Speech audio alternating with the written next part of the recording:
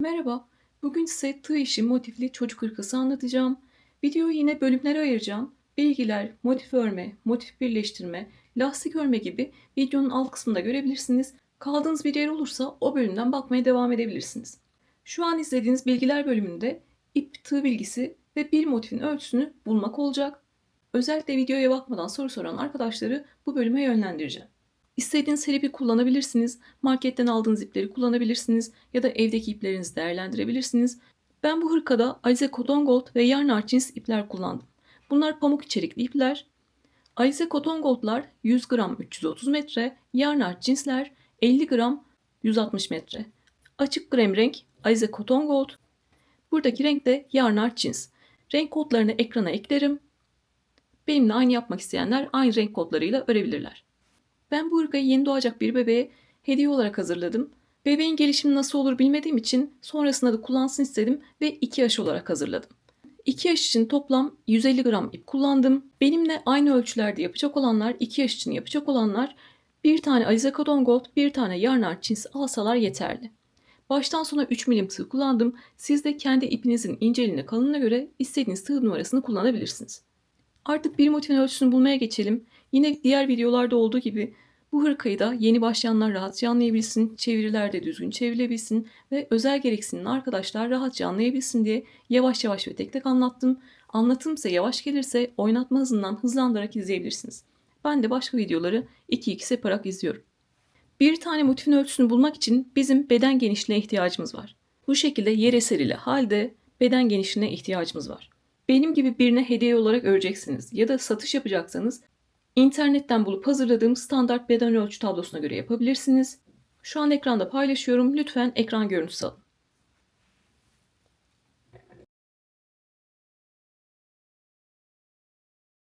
Bu satış yapacaklar için ve hediye edecekler için geçerli. Ben hediye edeceğim. Çocuğun gelişimini bilmiyorum. Garanti olsun diye 2 yaşında yaptım. Siz de hediye edecekseniz garanti olsun diye 1-2 yaş büyük yapabilirsiniz. Beni diğer videolardan biliyorsanız ördüğümüz tüm örgüleri kendi bedenimize göre örüyoruz. Evdeki bir tane kıyafetimize göre çalışıyoruz. İster çocuğumuz için yapalım, ister kendimiz için yapalım. Bu sayede dar geldi, bol geldi derdi olmuyor.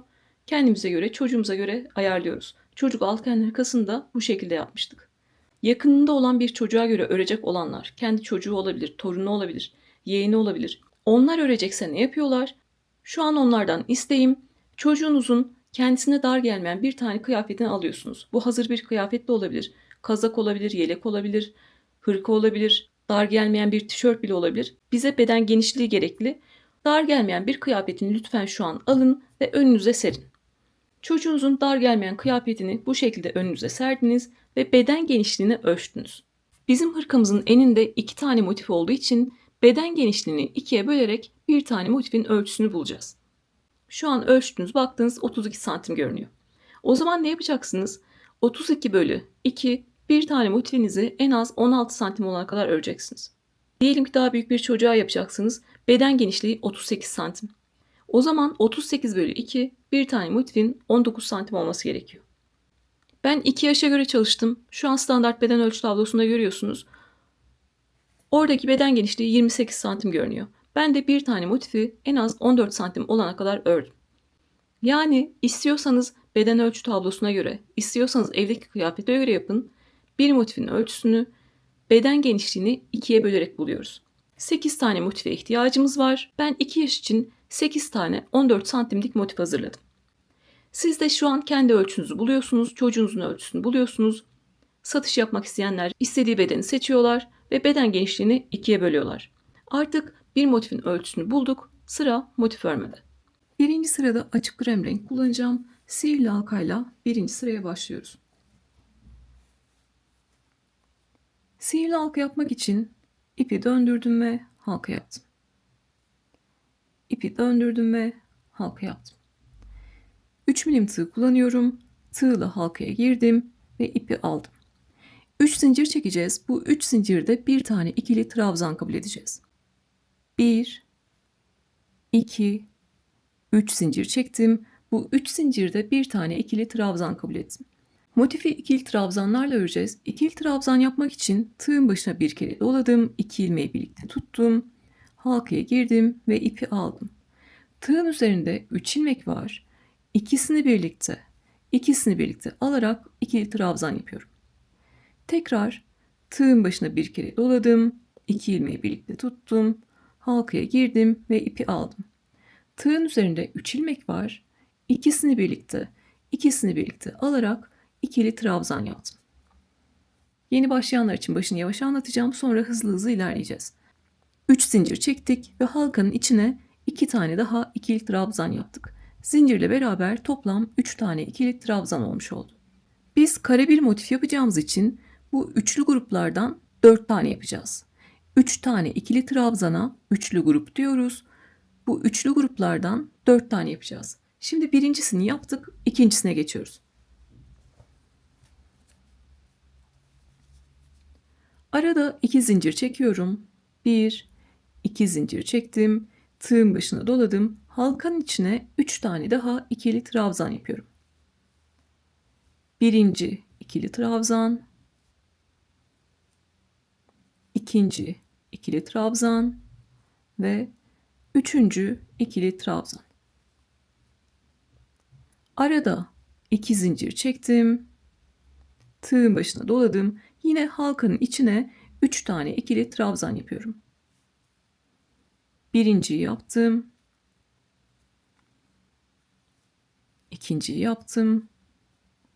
Ve üçüncüyü yaptım.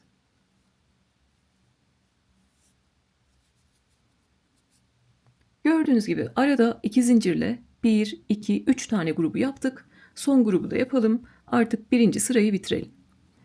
1, 2 zincir çektim ve tığın başına doladım. Buradaki ipiniz kısalırsa ne yapıyorsunuz? Çekerek uzatıyorsunuz. Halkanın içine kaçmıyor. Arada 2 zincir çektim ve halkanın içine 3 tane daha ikili trabzan yapıyorum. Dördüncü grubumuzda yapıyoruz ve birinci sırayı bitiriyoruz. Dördüncü grubu da yaptık. Artık sıra sonunda halkadan kalan ipi halkanın ortası kapanana kadar çekiyoruz. Çok fazla çekiştirip ipi koparmıyoruz. Sadece ortasının kapanması yeterli. Sıra sonunda yine 1, 2 zincir çekiyorum. En başta yaptığım 3 zinciri atlıyorum. Bir sonraki trabzanın tepesine ilmek kaydıracağım. 3 zinciri atladım, ona dokunmuyorum. Trabzanın tepesi V harf şeklinde görünüyor. Bir sonraki trabzanın tepesine girdim, V harfine girdim, ipi aldım ve ilmekten kaydırdım. Bu şekilde birinci sırayı bitirmiş oldum. Motifi içinden geçiriyorum. İpimi sıkıladım. Yeteri kadar ip bırakıp keseceğim. Birinci sırayı bitirdik. Artık ikinci sıraya geçiyoruz. Tığa ilmek yapmamız lazım. Onun için de yine sihirli halka yapar gibi ipi döndürdüm, halka yaptım. Halkaya girdim, ipi aldım ve buradaki ipi sıkıladım. Bir zincirle bir ilmek oluşturmuş oldum.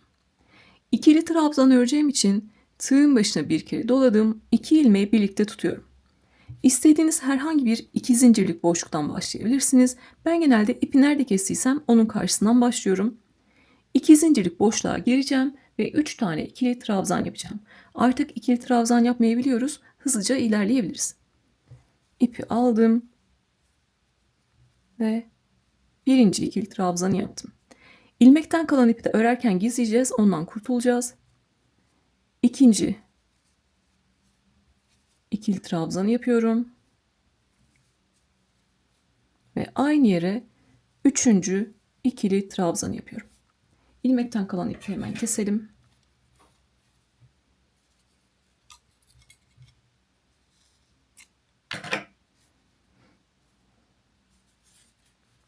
Motif bitene kadar bu 2 zincirlik boşluklar bizim köşe boşluklarımız.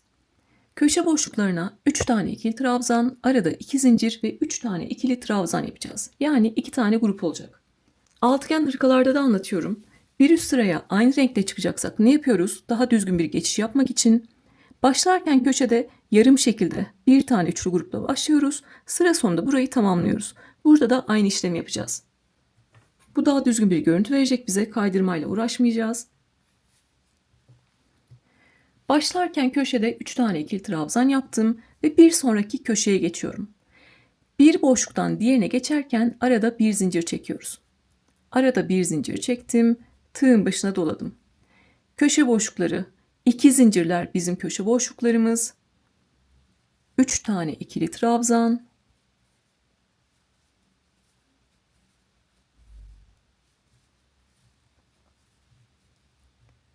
Arada 2 zincir. Ve aynı yere 3 tane ikili trabzan yapıyorum.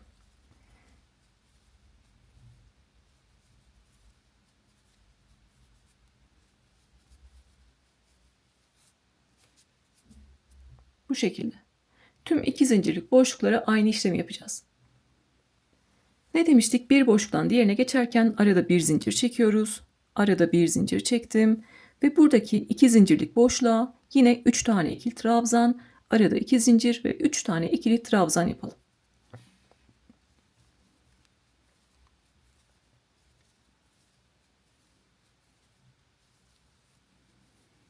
Üç tane ikili trabzan, arada 2 zincir ve aynı yere 3 tane ikili trabzan.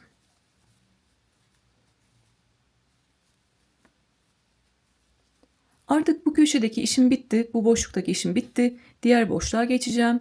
O yüzden arada bir zincir çekiyorum. Tığın başına doladım ve buradaki 2 zincirlik boşluğa 3 tane ikili trabzan, arada 2 zincir ve 3 tane ikili trabzan yapıyorum.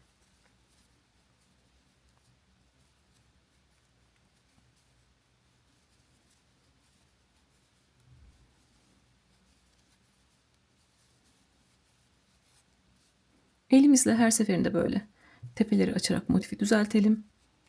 4 tane köşemiz var. Burada yarım şekilde başlamıştık. 3 tane köşeyi tam şekilde ördük. Ne demiştim? Sıra sonunda burayı tamamlayacağız. Bir boşluktan diğerine geçerken arada bir zincir çekiyorum. Tığın başına doladım. Buradaki köşeye 3 tane daha ikili trabzan yapalım ve köşeyi tamamlayalım. 1 2 ve 3. Gördüğünüz gibi burada da artık 2 tane grup var. Bunu aynı renkte bir üst sıraya çıkacağımız için yaptık. Sıra sonunda ne yapıyoruz? Tığın başına bir kere doladım. İlk yaptığım ikili trabzanın tepesine giriyorum. Trabzan tepesi V harf şeklinde görünüyor. İpimi aldım. Burada 3 ilmeği tekle çekerek tekli trabzanla bitireceğiz. Bunu çakma sık iğne ya da yarım trabzan olarak duymuş olabilirsiniz. Sıra sonunda 3 ilmeği tekle çekiyorum ve tekli trabzanla bitiyorum. Artık 3. sıraya çıkıyoruz. Aynı renkle devam edeceğiz. Her sırada belki farklı renkler örecek arkadaşlar olabilir. Siz ne yapacaksınız? 2 zincir çekersiniz. Yine ilk trabzanın tepesine kaydırır. İpinizi orada koparabilirsiniz. Sonra diğer renge geçersiniz. Yine aynı ikinci sırada olduğu gibi. Biz aynı renkle devam edeceğiz. 3. sıradan sonra artık motif kendisini tekrar ediyor. İster 3 sıra örün, istiyorsanız 300 sıra örün. Hep aynı işlemi yapacağız. 2 zincirlik boşluklar görüyorsunuz, köşe boşluklarımız, hep aynı işlemi yaptık. 3 tane ikili trabzan, arada 2 zincir ve 3 tane ikili trabzan. Bir boşluktan diğerine geçerken bir zincir çekmiştik. Bir zincirlik boşluklara da 3 tane ikili trabzan yapıyoruz. Motifte kodlayacağımız şey şu: 2 zincirlik boşluklar, köşe boşlukları, 3 tane ikili trabzan, arada 2 zincir, 3 tane ikili trabzan için, bir zincirlik boşluklar, 3 tane ikili trabzan için. Ve bir boşluktan diğerine geçerken de arada bir zincir çekiyoruz. Bir üst sıra için 3 zincir çekiyorum. 1, 2, 3 zincir çektim. Bu 3 zincirde bir tane ikili trabzan kabul ettim. Boşluğa giriyorum. Köşe boşluğuna 2 tane daha ikili trabzan yaparak toplam 3 tane ikili trabzanla başlamış oldum. Burada yine köşede yarım şekilde başlayacağız. Sıra sonunda burayı tamamlayacağız. Bu köşedeki işim bitti. Buradaki bir zincirlik boşluğa geçeceğim. Bir boşluktan diğerine geçerken arada bir zincir çekiyorum. Tığın başına doladım. Neydi? Bir zincirlik boşluklar, 3 tane ikili trabzan için. Bir zincirlik boşluğa 3 tane ikili trabzan yapıyorum.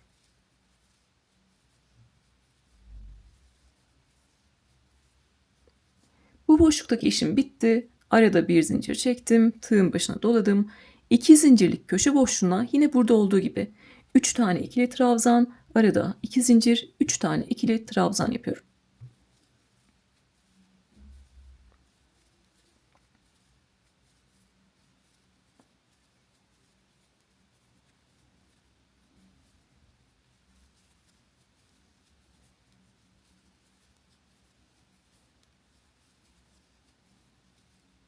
Bu kenarı da beraber yapalım. Köşedeki işim bitti. Bir boşluktan diğerine geçeceğim. Arada bir zincir çektim. Tığın başına doladım. Bir zincirlik boşluklar 3 tane ikili trabzan için. Bir zincirlik boşluğa girdim ve 3 tane ikili trabzan yapıyorum. Bu tüm örgü boyunca geçerli. Arada bir zincir çektim ve köşe boşluğuna 3 tane ikili trabzan, arada 2 zincir ve 3 tane ikili trabzan yapıyorum.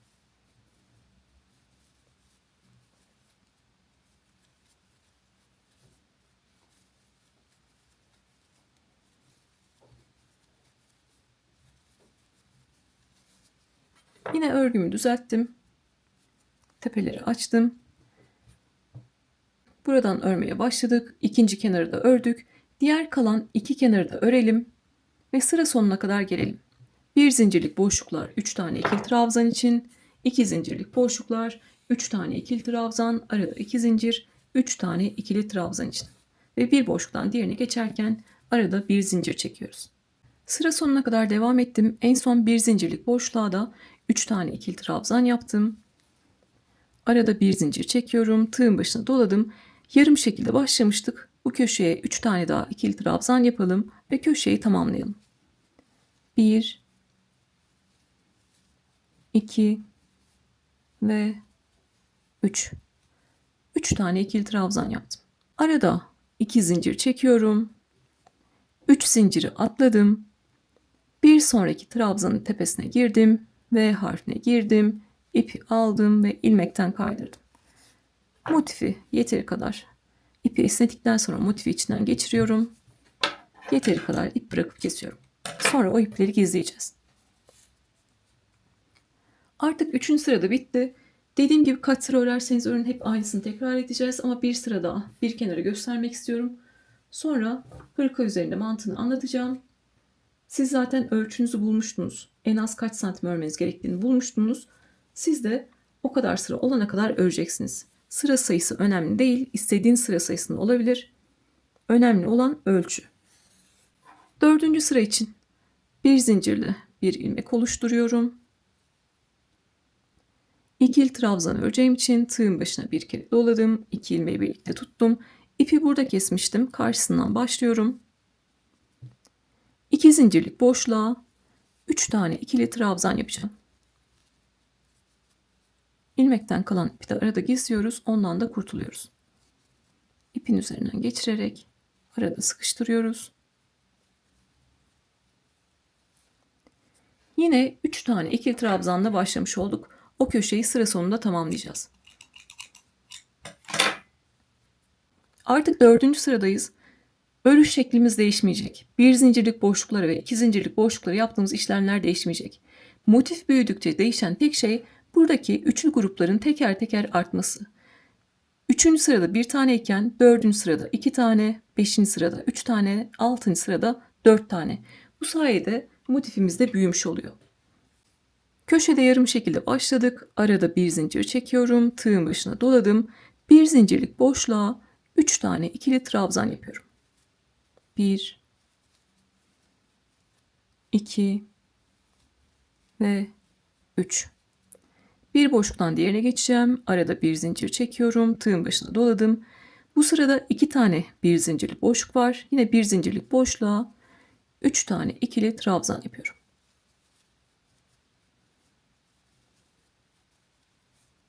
Bu şekilde. 2 tane bir zincirlik boşluğa da 3 tane ikili trabzan yaptım. Çünkü bir zincirlik boşluklara yaptığımız işlemde değişmeyecek. Arada bir zincir çektim. 2 zincirlik boşluklar bizim köşe boşluklarımız. 3 tane ikili trabzan, arada 2 zincir ve 3 tane ikili trabzan yapıyorum.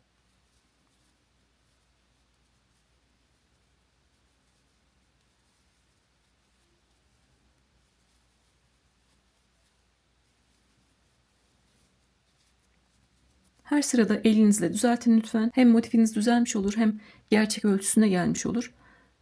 Kasmalar da düzelmiş olur. Bu şekilde yarım şekilde başladık. Bir kenarı yaptık. Bir zincirlik boşlukları yapacağımız işlemi de biliyorsunuz artık. 2 zincirlik boşlukları yapacağımız işlemi de biliyorsunuz. Bir boşluktan diğerine geçerken bir zincir çekeceğimizi de biliyorsunuz. Bu şekilde sıra sonuna kadar geldiniz. En son sıra sonunda köşeye 3 tane ikili trabzan yaptınız ve köşeyi tamamladınız. Yine tekli trabzanla bitiyorsunuz. 5. sıraya geçiyorsunuz. 3 zincir çekiyorsunuz. Aynı boşluğa 2 tane daha ikili trabzan yapıp yarım şekilde başlıyorsunuz. Sıra sonunda burayı tamamlıyorsunuz. Artık kaç sıra örmek isterseniz bu şekilde motifinizi büyütüyorsunuz. Ben kendi ölçümde en az 14 santimlik motiflere ihtiyacım vardı. 6. sırada 14 santime ulaştım. Tekrar söylüyorum, ipimiz tığımız değişebilir. Aynı ipi tığ kullansak bile elimizin sıkılığı, gevşekliği değişir.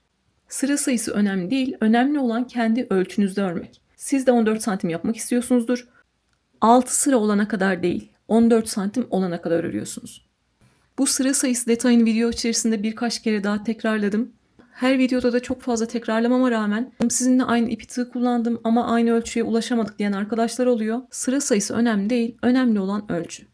Şimdi ben de motifimi 14 santim olana kadar öreceğim. Sıra sonunda düzgün bir bitişle biteceğiz. Siz de motifiniz kaç santim olması gerekiyorsa o kadar olana kadar örüyorsunuz. Sıra sonuna kadar geliyorsunuz ve sıra sonunda düzgün bir bitişle bitiriyoruz.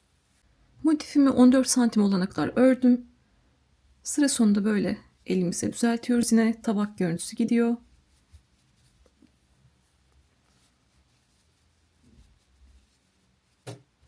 Elinizle düzleştirmiş haliyle daha gerçek ölçüsüne ulaşabilirsiniz. Sıra sonunda köşede yine 3 tane ikili trabzan yaptım. Köşeyi tamamladım ve arada 2 zincir çektim. Sıra sonunda düzgün bir bitiş yapacağız. Yeteri kadar ip bırakıp kesiyorum. 2 zincir çektim. Yeteri kadar ip bırakıp kestim. Artık hepimizin motifi hazır. Düzgün bitişten kastım trabzan ve zincir tepeleri V harf şeklinde görünüyor. Biz bir tane daha trabzan tepesi oluşturacağız. Tüm görünüme eşitleyeceğiz. En son 2 zincir çekip yeteri kadar ip bırakıp kesmiştik. 3 zinciri atlıyorum. Başta çektiğim 3 zinciri atlıyorum. Bir sonraki trabzanın tepesine arkadan giriyorum. Daha küçük bir tığ numarası aldım. 3 zincirden sonraki trabzanın tepesine arkadan girdim. İpi alıp örgünün arkasına çekiyorum. Burada da ikinci zincir var. İkinci zincirin de sadece arka kanadına giriyorum. Örgünün arkasındaki kanada giriyorum. İkinci zincirin sadece arkasındaki kanada girdim. İpi aldım ve yine örgünün arkasına çektim. Gördüğünüz gibi bir tane daha V harfine benzeyen trabzan tepesi oluşturmuş olduk. Bu oluşturduğumuz tepe de 3 zincirin tepesini oluşturmuş oldu. 3 zinciri atlamıştık. Aslında onun tepesini oluşturduk. Artık tüm kenarlarda tepelerin görüntüsü V harf şeklinde. Dikerek de birleştirsek, tığla da birleştirsek kolayca birleştirebileceğiz. Artık ipimizi gizleyeceğiz. Burada ipi arkaya alıyorum. Burada öncelikle sökülmemesi için bir zincirle sabitleyelim. Kestiğim iple bir ilmek yaptım. İpi içinden geçirdim. Bir zincirle buraya sabitledim. Sonra artık istediğim yerlerden geçirerek ipimi gizleyebilirim.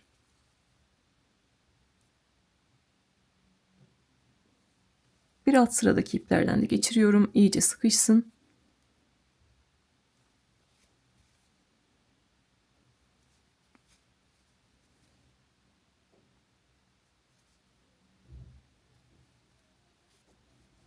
Yeteri kadar gizledikten sonra dışarıda kalan ipi kesiyorum.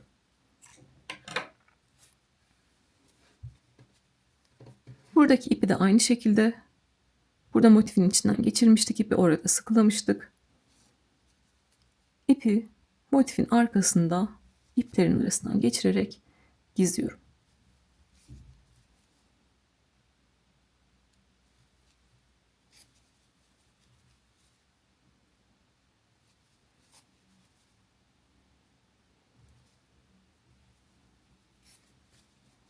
Yeteri kadar gizledikten sonra dışarıda kalan ipi kesiyorum. İp gizlemek de motif örmek kadar önemli. Bitmiş bir örgünüz sonradan sökülebilir. O yüzden düzgünce gizliyoruz. Halkanın ortası açıldıysa tekrar çekiyorsunuz. Burada yine bir zincirle buraya sabitleyelim. ve halkanın etrafından geçirerek ipimi gizliyorum.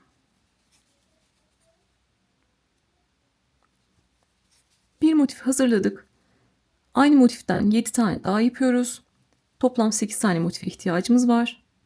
Siz boyunu uzatacaksanız fazladan 4 tane daha motif yapabilirsiniz. Eninde 2 motif var ama boyu sizin zevkinize bağlı. İstediğiniz uzunlukta yapabilirsiniz. Her sıra için 4 tane fazladan motif yapıyorsunuz.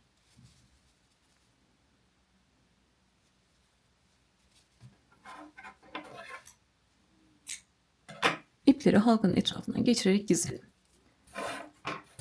Motifin önü bu şekilde, arkası bu şekilde. Şu an motif tahtasına geçirebilirsiniz. O şekilde düzleştirebilirsiniz. Motif tahtanız yoksa her bir köşeden bu şekilde çekiyorsunuz. Motifleri elinizle düzeltiyorsunuz. Hem tepeleri açılmış oluyor hem de gerçek ölçüsüne ulaşmış oluyor. Artık 8 motifi de tamamlayın ve birleştirmeye geçelim. Artık 8 motifi de ya beden tablosuna göre ya da çocuğunuzun evdeki kıyafetine göre ayarladınız. Artık bundan sonra birleştirme işlemi yapacağız.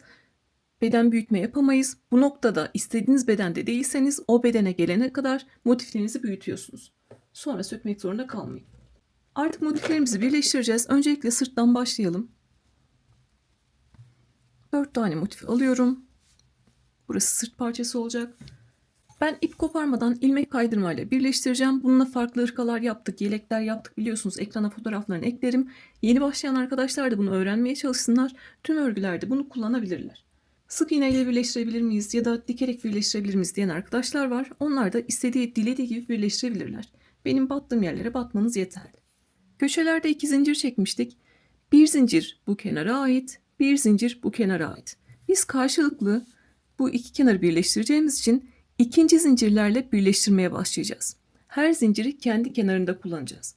Mantığımız çok kolay. İkinci zincirlerle başla, karşılıklı tepeleri birleştir ve birinci zincirlerle bitir. Tüm birleştirmemiz bundan ibaret. Tepelerin arka kanadını kullanacağız. Öncelikle bir zincirle bir ilmek oluşturuyorum. Yine 3 milim tığ kullanıyorum ve ilmeği tığdan çıkardım. Her zaman sağdan başlıyoruz. Sağdaki motifte birinci zinciri bıraktım.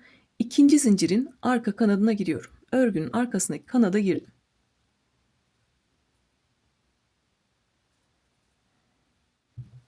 İlmeği aldım ve ikinci zincirin arka kanadından geçirdim. İpimi burada tutuyorum. İpim kaçmasın diye.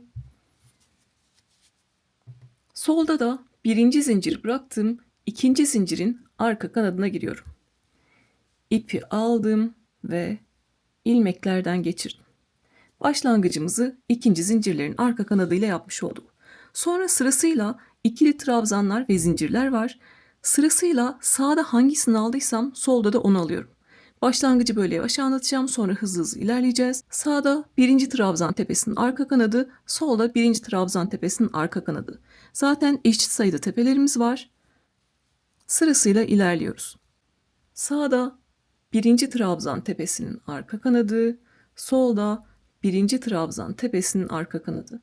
Tığın üzerinde 3 ilmek var. Üçünü birlikte alarak ilmekten kaydırıyorum.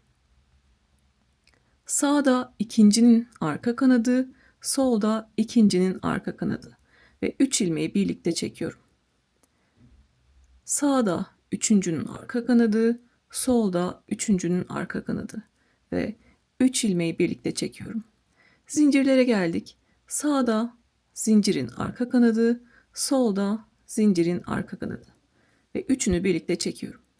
Sırasıyla trabzanların arka kanadını alıyorum, zincirlerin arka kanadını alıyorum ve 3 ilmeği birlikte çekiyorum.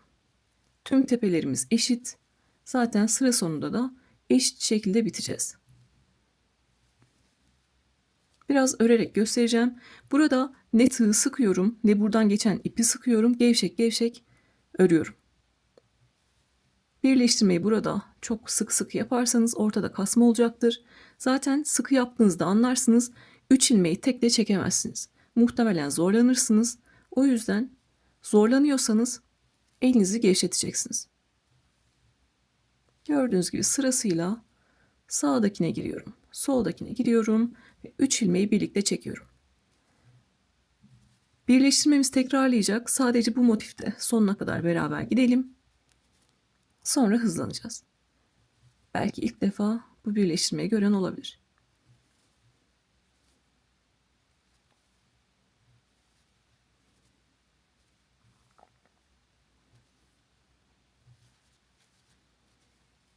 Son trabzanlar kaldı. Birinciye girdim. Birinciye girdim. İkinciye girdim. İkinciye girdim. Ve üçüncüye girdim. Solda da üçüncüye girdim. Ve 3 ilmeği birlikte çekiyorum. Köşede 2 tane zincirimiz var. Bu kenarın zincirine, yani birinci zincirleri de birleştiriyorum. Sonra birleştirmeyi bırakıyorum. Birinci zincirlerini de arka kanadını aldım ve birleştirdim. İkinci zincirler bu kenarlara ait. O yüzden oralara geçmiyorum. Elimle birleştirmeyi açtım yine.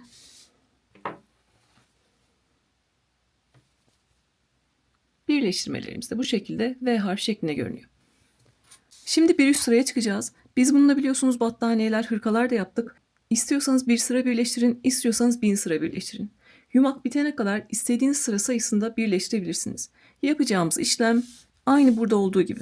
Başlarken ikinci zincirlerle başla, tepeleri birleştir, biterken birinci zincirlerle bit. Yapacağımız tek işlem bu. Sadece bir üst sıraya beraber çıkalım, sonra sıra sonuna kadar hızlı hızlı ilerleyelim. İkinci sıraya çıkıyorum. Ne yapacağım? Her zaman sağdan başlıyorum. Birinci zinciri bıraktım. İkinci zincirin arka kanadına girdim. Solda da birinci zinciri bıraktım. İkinci zincirin arka kanadına girdim. Tığın üzerine 3 ilmek var. Üçünü birlikte alıyorum. Sonra trabzanlarım var. Birinci trabzanın arka kanadı, birinci trabzanın arka kanadı. Ve üçünü birlikte çekiyorum. Sırasıyla trabzanlarım ve zincirlerin arka kanatlarına batalım. 3 ilmeği birlikte çekelim ve sıra sonuna kadar gelelim. Sıra sonunda en son birinci zincirlerinde arka kanadını alalım ve orada artık bitişimizi beraber yapalım. Geçişimizi de göstereceğim, sonra sıra sonuna kadar gelelim. Geçişimizi de bu şekilde yapmış olduk. En son sağda köşede birinci zincirin arka kanadına battım. Solda birinci zincirin arka kanadına battım. 3 ilmeği birlikte çektim. Burası benim sıra sonum. Bir zincir çekip yeteri kadar ip bırakıp kesiyorum. Boyunu çoğaltmış olanlar devam ediyorlar. Bir sırayı yaptılarsa, üçüncü sırayı yaptılarsa onu da birleştiriyorlar. Sıra sonunda bir zincir çekip iplerini koparıyorlar. Şimdi burası bizim sırt parçamızdı. Bunlar önlere gelecek parçalar, motifler. Aşağıdaki motifleri birleştireceğiz. Buradaki motifleri birleştirmeyeceğiz. Çünkü bunlar bizim kol motiflerimiz. Burası birleşmeyecek, kol açıklığı olacak. Bunları alıyorum. Bunları da aynı burada gösterdiğim gibi aşağıdan yukarı doğru birleştiriyorum. Başlangıcını göstereceğim. Sonra devam edeceğiz. Yine bir zincirle bir ilmek oluşturdum. İlmeği tığdan çıkardım. Herhangi birini yapabilirsiniz. Buradakini yapalım. Sağda birinciyi bıraktım. İkincinin arka kanadına girdim. Ve ipi alıp motifin önüne çekiyorum. Sırt parçasında da ilk motifte birinci zinciri bıraktım. İkinci zincirin arka kanadına girdim. Ve ipi alıp ilmeklerden kaydırdım. Sonra trabzanlar ve zincirler var. Sırasıyla sağdakine batıyorum, soldakine batıyorum ve 3 ilmeği birlikte çekiyorum. Arka kanatları kullanıyoruz. Tığ ya da elimizi sıkmıyoruz. Gevşek gevşek yapıyoruz. En son köşede birinci zincirlerinde arka kanadını aldıktan sonra bir zincir çekip ipimizi koparıyoruz. Ama siz boyunu uzattıysanız, bir tane daha motifiniz varsa o zaman ne yapıyorsunuz? Koltuk altı boşluğuna gelene kadar motifinizi birleştiriyorsunuz. Sıra sonunda bir zincir çekip ipinizi koparıyorsunuz. En son sıra sonuna kadar geldim. Sağda birinci zincirin arka kanadı, solda birinci zincirin arka kanadı. 3 ilmeği birlikte çektim. Bir zincir çekip yeteri kadar ip bırakıp kesiyorum. Sonra o ipleri gizleyeceğiz.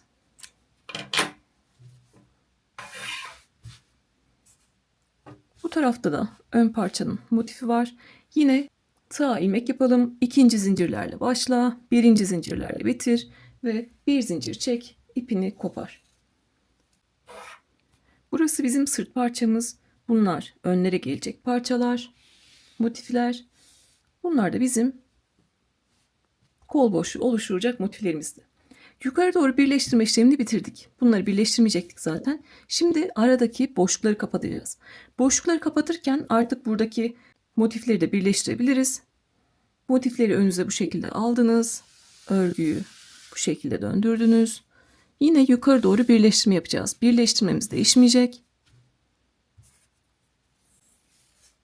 Sadece geçiş yerlerimiz var. Oraları beraber yapalım. Yine ikinci zincirlerle başlıyoruz. En son köşede birinci zincirlerin arka kanadını alın ve beraber ilerleyelim. Buradaki noktayı nasıl geçeceğiz onu size göstermek istiyorum. İkinci zincirlerle başladım. Birinci zincirlerle bitirdim. Buralar tekrar olduğu için aynı şeylerle sizi sıkmak istemiyorum. Artık burayı beraber geçelim. Ama şu kestiğimiz ip kafamızı karıştırmasın. O yüzden kestiğimiz ipleri ve önümüzde temizleyelim.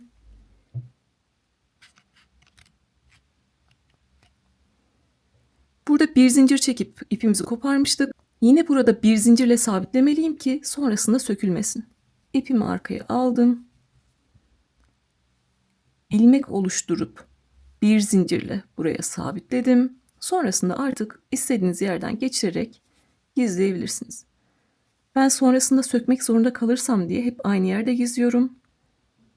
Elim hep oraya gitsin, ipi aramayayım diye. O yüzden köşede gizleyeceğim. Sonradan hiç görmediğim bir hata görebilirim. Hediye etmeden ya da satmadan önce onu düzeltebilirim bu sayede. İpi gizledikten sonra dışarıda kalan ipi kesiyorum. Burada da bir tane ipimiz var. Yine onu da gizleyelim yol üstünde. Bizi uğraştırmasın.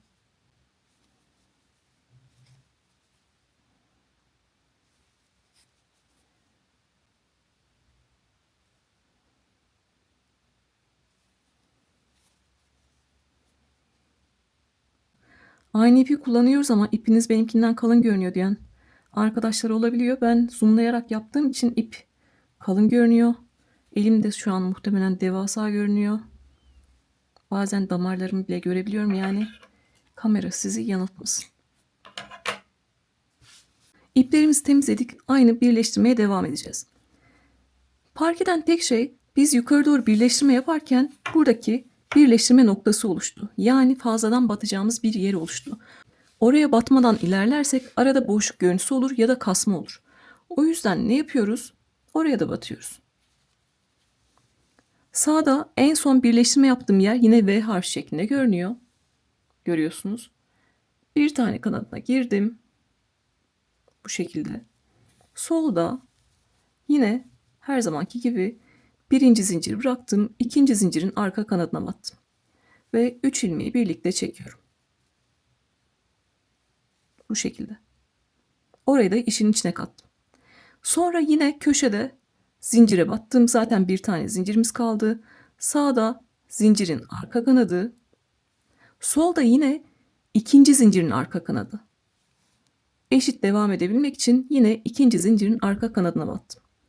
Sonra trabzan tepelerin arka kanadı, aradaki zincirlerin arka kanadı ve birinci zincire kadar devam ediyoruz.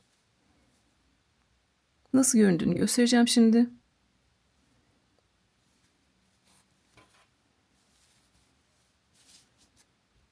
Bu şekilde. Birleşim yerine de battığımız için düzgün bir görüntü oluştu. Ben buraya batmasaydım burası boşluk şeklinde görünecekti ve kasma olacaktı. Şimdi sıra sonuna kadar gelelim. En son birinci zincirlerin arka kanadını alalım ve birleşim yerine yine beraber geçelim. Buradaki birleşim yerinde bir üst motife geçerken arada bir zincir çekiyoruz, sonrasında örmeye başlıyoruz. Burayı anlattım ama videoyu düzenlerken videoyu bulamadım. Muhtemelen ya sildim ya da anlattım zannedip kamerayı başlatmadım. İlmek kaydırmayla birleştirmede tüm örgülerde aynı tekniği kullanıyoruz. O yüzden Afrika menekşesi motifli önlük süveterdeki o geçişi size göstereceğim. Aynısını burada yapacağız. En son birinci zincirlerin iç kanadını aldım. Buradaki birleştirme noktasını geçmek için arada bir tane zincir çekiyorum. Bir zincir çektim. Yine karşılıklı zincirlerin ve trabzanların iç kanatlarını alarak devam ediyorum.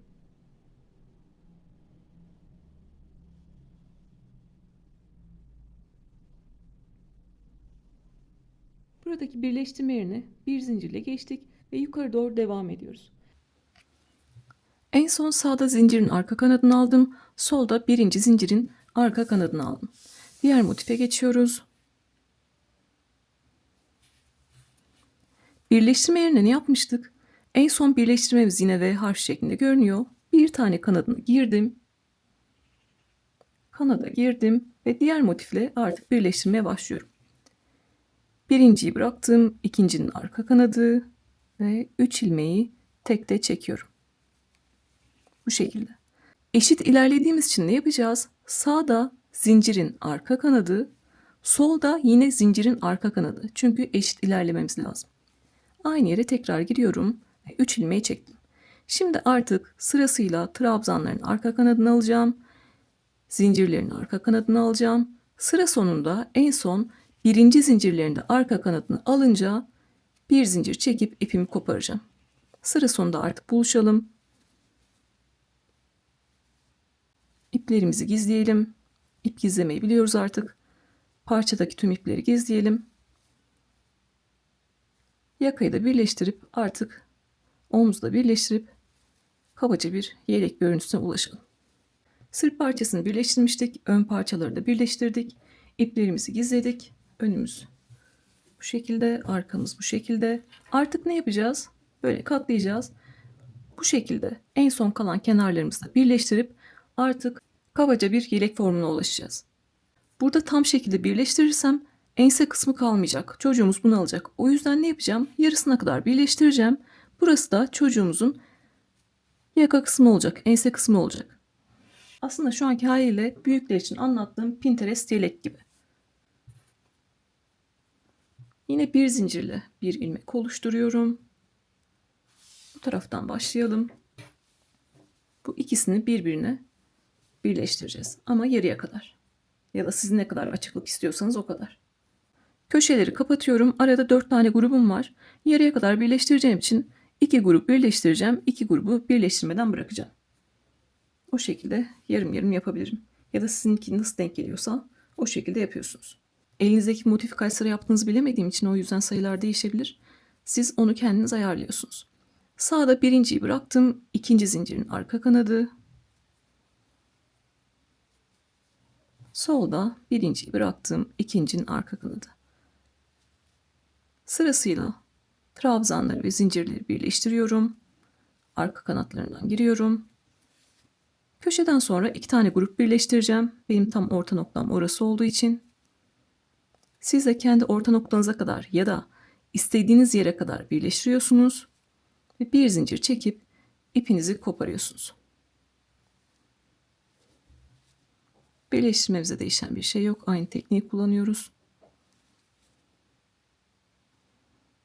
Zaten son birleştirmelerimiz kaldı.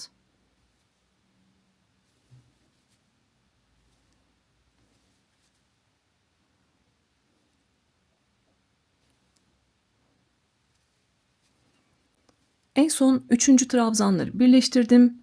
Zincirleri de birleştireceğim ve bırakacağım. Zincirin arka kanadı, zincirin arka kanadı. 3 ilmeği birlikte çektim ve bir zincir çekip ipimi kopardım. Sadece yeni başlayanlar için gösterdim, yoksa birleştirmemiz aynı. Burada da yine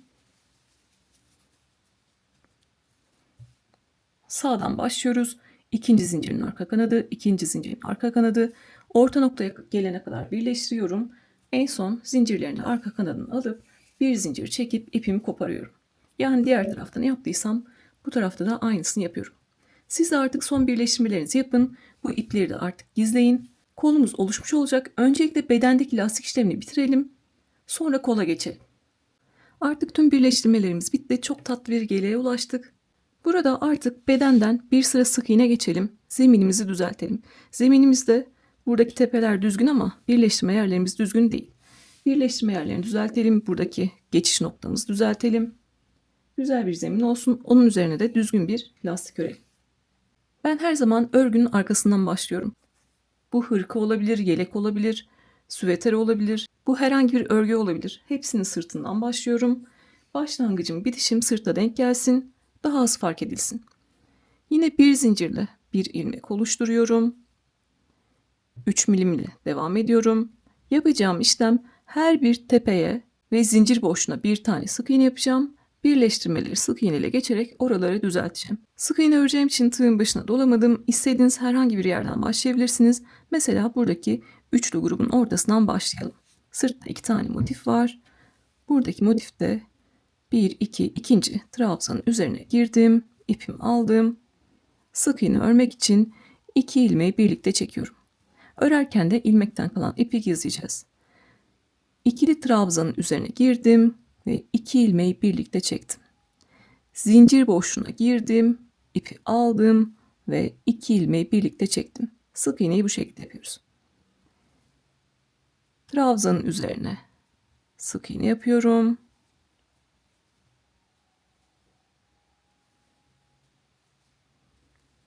Bir zincirlik boşluğa geliyorum. Bir tane sık iğne yapıyorum. Trabzanların her birinin üzerine bir tane sık iğne ve bir zincirlik boşluklara sık iğne yapıyoruz. Sık iğne için 2 ilmeği birlikte çekiyorum.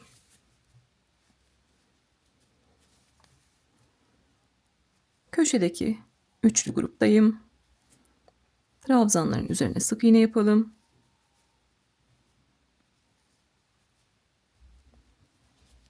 Köşe boşluğuna geldim. Köşe boşluğuna bir tane sık iğne yaptım. Birleştirme yerinin sağında görüyorsunuz. Burada bir boşluk görüntüsü var. Oraya giriyorum. Bir tane sık iğne yaptım. Tam birleştirmenin olduğu yere V harfinin ortasına batıyorum ve bir tane sık iğne yapıyorum. Sonra yine köşeye bir sık iğne ve ikili trabzanların üzerine bir sık iğne yapıyorum. Şimdi göstereceğim.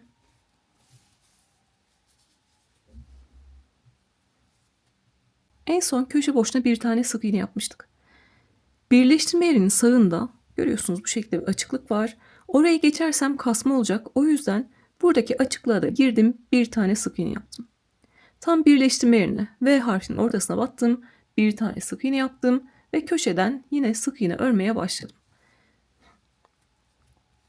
Burada etekte 2 zincirlik boşluğa kadar her bir trabzanın tepesine sık iğne yapalım ve bir zincirlik boşluğa sık iğne yapalım. Buradan örmeye başlamıştık. Birleştirme yerine geçtik ve etekte, buradaki etekte köşeye kadar geldik. Köşede 2 zincirlik boşluğumuz var. Orada yine kavis verebilmek için 3 tane sık iğne yapacağım. Köşeye giriyorum. 2 zincirlik boşluğa. Birinci sık iğne. İkinci sık iğne ve üçüncü sık iğne yapıyorum. Burada güzel bir kavis verecek. Yine buradaki birleştirme yerine kadar devam edelim. Birleştirme yerini beraber geçelim. Mantığı iyice oluşsun. Köşeye kadar geldim. Köşeye de bir tane sık iğne yaptım. Yine birleştirme yerindeyim.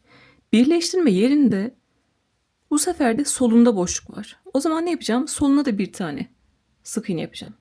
Bu tarafta yönümüz değişik olduğu için sağındaydı. Bu tarafta solunda. Böyle ayırdığınız zaman boşluk ne taraftaysa o tarafa da bir tane sık iğne yapıyorsunuz. Yoksa kasma oluyor. Ortada çukur bir görüntü oluyor. Önce birleştirme yerine V harfinin ortasına battım. Bir tane sık iğne yaptım. Sonra solundaki boşluğa giriyorum. Solunda herhangi bir yere girdim. Boşluğa battım ve bir sık iğne yaptım. Birleştirmeyi 2 sık iğne ile geçmiş olduk. Sonra yine köşeye bir sık iğne ve ikili trabzanların üzerine bir sık iğne yapıyoruz. Gördüğünüz gibi zeminimizi düzeltmiş olduk. Şimdi yine sırasıyla devam edelim. İkili trabzanların üzerine sık iğne, bir zincirlere sık iğne. Köşeye kadar geldiniz. 2 zincirlik köşeye ne yapacağız? Kavis vermek için 3 tane sık iğne yapacağız. Buraya da 3 tane sık iğne yapıyorsunuz. Yine sık iğneleri örerek birleşim yerine kadar geliyorsunuz. Oraya kadar gelelim, birleşim yerine beraber geçelim. Detay kısımlar oralar, oraları atlamayalım. Yukarı kadar devam ettim. Birleşim yerine kadar geldim. En son 3. trabzanın tepesine sık iğne yaptım. Birleşim yerindeyim. Birleşim yerini böyle elimle çekiyorum. Sol tarafta boşluk var. O zaman ne yapacağım? Bir tane birleşim yerine, bir tane de boşluğa herhangi bir ipe batacağım ve sık iğne yapacağım. Birleşim yerine tam V harfinin ortasına bir sık iğne ve solunda boşluğa giriyorum, batıyorum ve bir sık iğne. Sonra yine ikili trabzanların üzerinden örmeye devam ediyorum. Bu şekilde. Buradaki detayımız da bu. Aslında aynı işlemi yaptık yine. Sırasıyla devam ediyoruz. Birleşim yerlerinde bir tane birleşim yerine elimizi açtık. Boşluk neredeyse bir tane de boşluğa. O şekilde buradaki omuz kısmını da geçelim. 2 zincirlik boşluklara ne yapıyoruz? 3 tane sık iğne yapıyoruz. Etekte de 2 zincirlik boşluğa 3 tane sık iğne yaptık ve sıra sonuna kadar geldik. Hep aynı işlemi yapıyoruz ama tekrarla ilerlemek istedim birleşim yerlerinde. Hem de burada farklı yaptığımızı düşünen arkadaşlar olabilir. Birleşim yerlerinin hepsinde aynı işlemi yapıyoruz ve sıra sonuna kadar geliyoruz. Ertesi günden örmeye devam ediyorum. Yine diğer örgülerde olduğu gibi akşam boş durmamak için bir kolu örnek olarak hazırladım. Aynı şekilde yapacağız. İkinci kolu beraber öreceğiz. Burada ne yaptıysak burada da aynısını öreceğiz. En son beraber sık iğneyi örmeye başlamıştık. Tüm bedenden geçtik ve sıra sonuna kadar geldik. Tüm zemini düzelttik. Sıra sonunda ilk ördüğüm sık iğnenin tepesine giriyorum ve harf şeklinde görünüyor. İpi aldım ve ilmekten kaydırdım. Artık bir sıra ikili trabzan öreceğiz. Onun üzerine de lastik öreceğiz. İşimiz artık çok kolay. Her bir sık iğnenin tepesine bir tane ikili trabzan yapacağız. İkili trabzan sırasına başlıyoruz. 1, 2, 3 zincir çektim. Bunda bir tane ikili trabzan kabul ettim. İkili trabzan için tığın başına doladım. Yine ilmek kaydırma yaptım. Tepeye batıyorum ve bir tane ikili trabzan yapıyorum. Arada boş görüntüsü olsun istemiyorum. O yüzden bir sonrakinden devam etmedim. Tığın başına doladım. Bir sonraki sık iğneye batıyorum. Bir tane ikili trabzan yapıyorum. Tığın başına doladım. Bir sonrakine girdim. Bir tane ikili trabzan yaptım. Sırasıyla her bir sık iğnenin tepesine batıyorum ve ikili trabzan yapıyorum. Bu şekilde. Şimdi bu şekilde her bir sık iğnenin tepesine ikili trabzan yapalım ve köşeye kadar gelelim. Orada yine artırmamız olacak. Artırma yapmazsak oralarda kıvrılma olur. O yüzden köşelerde artırma yapıyoruz. Köşede 3 tane sık iğne yapmıştık. Bunların her birine bir tane sık iğne yaparsam şu an gösteriyorum size. Orada kıvrılma olacak. O yüzden artırma yerlerinde de artırma yapacağız ki bu şekilde kıvrılma olmasın. Ya içe ya dışa kıvrılır. O yüzden oraları artırmayla geçeceğiz.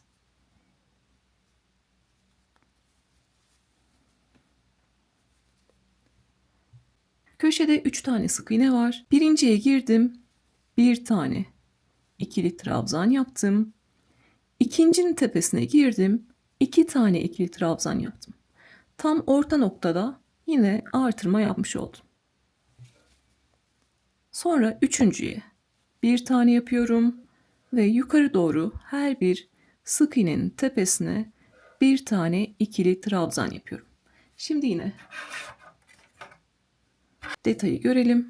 Hepsine birer tane yaptığımızda kıvrılma olmuştu. Şu an o kıvrılma yok. Benim elim zaten gevşek, kıvrılma olmadan geçebildim. Ama sizin eliniz çok sıkıysa 2 tane yaptığınızda da herhangi bir kıvrılma olabilir. O zaman ne yapacaksınız? Siz de 2 taneyle değil 3 taneyle geçeceksiniz. Daha deminki gibi böyle kıvrık bir görüntü varsa, örgü kendisini belli ediyorsa, kasma var diyorsa o zaman ne yapacaksınız? 2 tane değil de 3 taneyle geçeceksiniz. Yani ele göre sayı değişebilir. Onu da siz kendi elinizdeki örgüden anlayabilirsiniz. Bu şekilde her bir sık iğnenin tepesine de bir tane ikili trabzan yapıyorum. Burada da yine köşede 3 tane sık iğne var. Birinciye bir tane yapacağım. İkinciye 2 tane ikili trabzan yapacağım. Üçüncüye bir tane yapacağım. Kasma olanlar ne yapacak? Trabzan sayısını artıracaklar. Böyle içe doğru ya da dışa doğru kıvrılma varsa o zaman sayıyı artıracaksınız. Burada herhangi bir değişim yok. Yine her bir sık iğnenin tepesine sık iğne yapıyoruz. Köşede yine artırmamızı yapıyoruz. Sayı değişebilir. Elinizdeki örgüye bakacaksınız. Yine köşeye kadar geldik. Köşede de ben yine birincinin üzerine bir tane, ikincinin üzerine 2 tane ve üçüncünün üzerine bir tane ikili trabzan yapacağım. Sıra sonuna kadar her bir sık iğnenin üzerine de ikili trabzan yaparak ilerleyeceğim. Yapacağımız tek işlem her bir sık iğnenin üzerine ikili trabzan yapmak. Köşelerde de ikinci sık iğnenin üzerine artırma yapmak. İster 2 tane yaparsınız benim gibi, baktınız orada bir katlanma oluyor, kıvrılma oluyor. O zaman 3 tane ile geçebilirsiniz. Şimdi bu şekilde sıra sonuna kadar gelelim. Sıra sonuna kadar ikili trabzanları yaptım. Sıra sonuna geldim. Örgümüzü şu şekilde çok çekiştirmeden düzeltelim. Trabzan tepelerini açalım. Kasmalarımız varsa onlar düzelsin. Sonra artık lastiğe geçelim. Lastiğin birinci sırasında ilik açmayı göstereceğim. İstediğiniz yerde ilik açabilirsiniz. Sonra ikinci sırayı da örüp bitireceğiz. Sıra sonunda en son sık iğnenin üzerine de bir tane ikili trabzan yaptım. Burada 3 zincir çekip dibine bir tane ikili trabzan yapmıştık.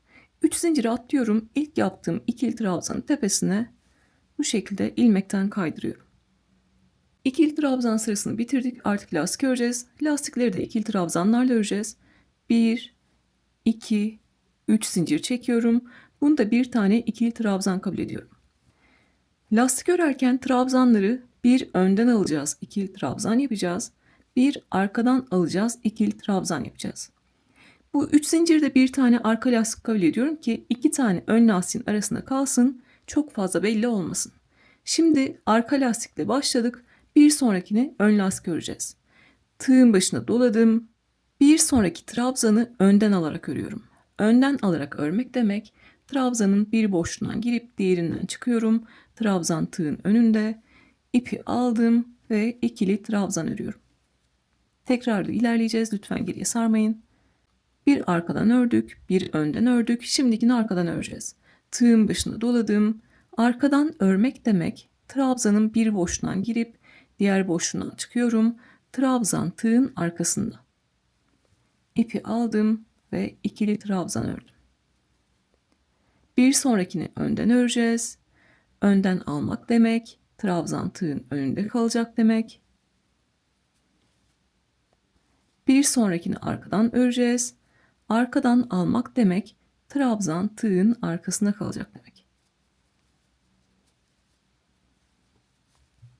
Bu şekilde bu girintili görüntüye ulaşmış olacağız. Şimdi örerek göstereceğim. Tığın başına doladım. Bir önden aldım. İkili trabzan ördüm. Bir arkadan aldım. İkili trabzan ördüm.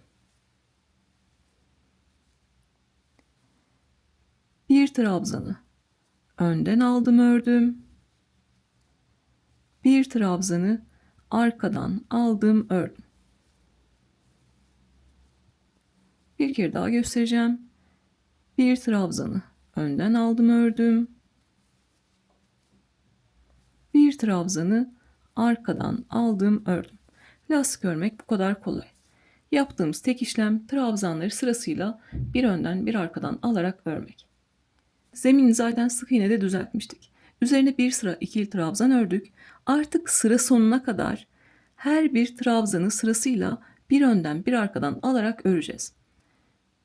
İlik açmak istemeyenler bu şekilde sıra sonuna kadar geliyorlar. Ama ilik açmak isteyenler bu köşeyi de geçsinler. Burada buluşalım, sonrasında beraber ilik açalım.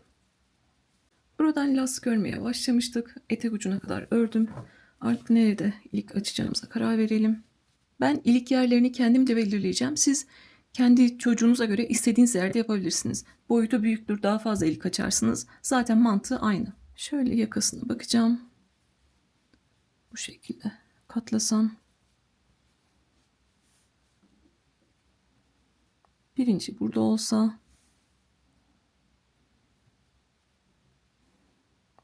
ikinci böyle ortalarda bir yere yapsam 3 tane ilik yeri açacağım.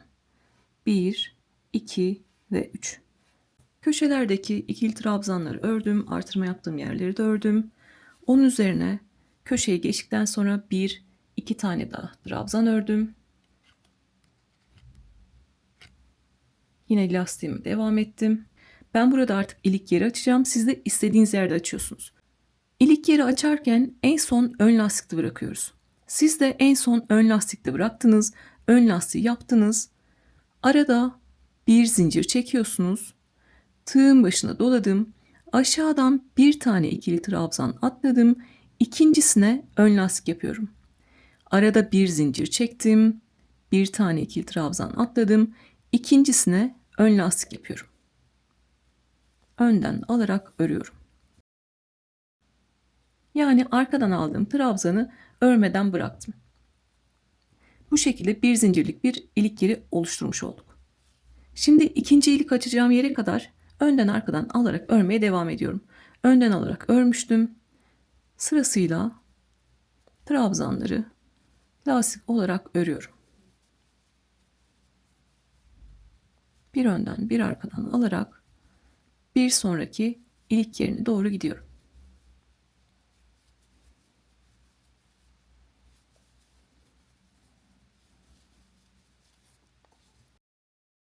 İkinci ilik açacağım yere kadar geldim. Arada 11 tane trabzanı önden arkadan alarak ördüm. En son yine önden alarak ördüm. Siz de ilik açacağınız yere kadar geldiniz. En son önden alarak ördünüz.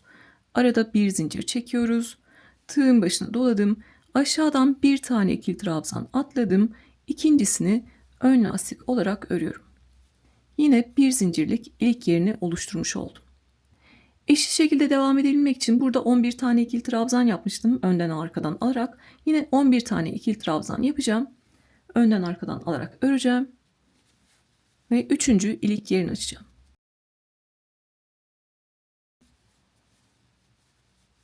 Bu ilik açma yöntemi tüm örgüler için geçerli. Büyük hırkalarında, yeleklerinde de yapıyoruz biliyorsunuz. Bir zincir çek. Aşağıdan bir tane ikili trabzan atla. İkincisine ön lastik olarak ör.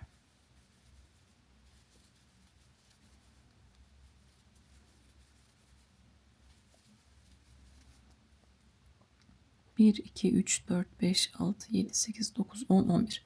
11 tane ikili trabzanı önden arkadan alarak ördüm. Son ilik yerini açıyorum. Arada bir zincir çek. Tığın başına dola.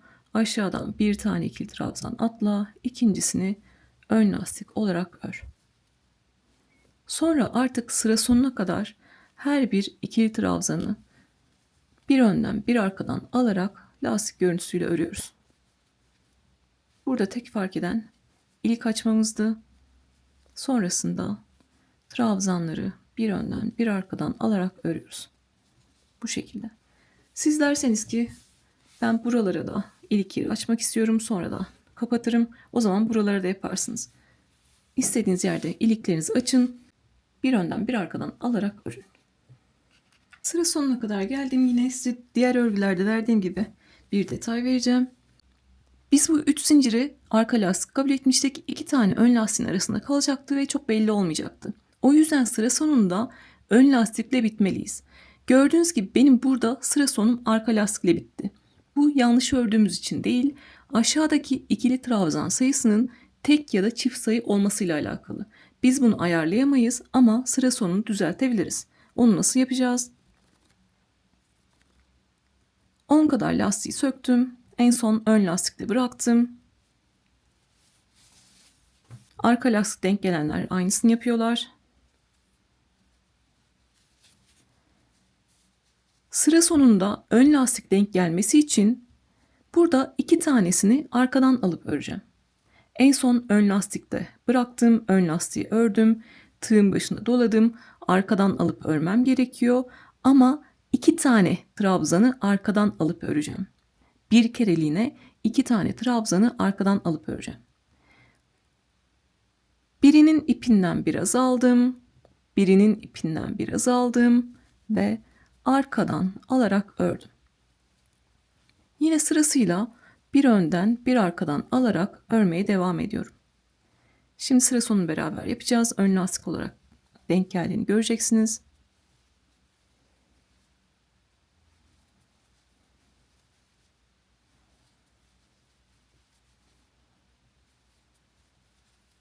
Biraz önce son trabzan arka lastikken şimdi ön lastik olarak denk geldi.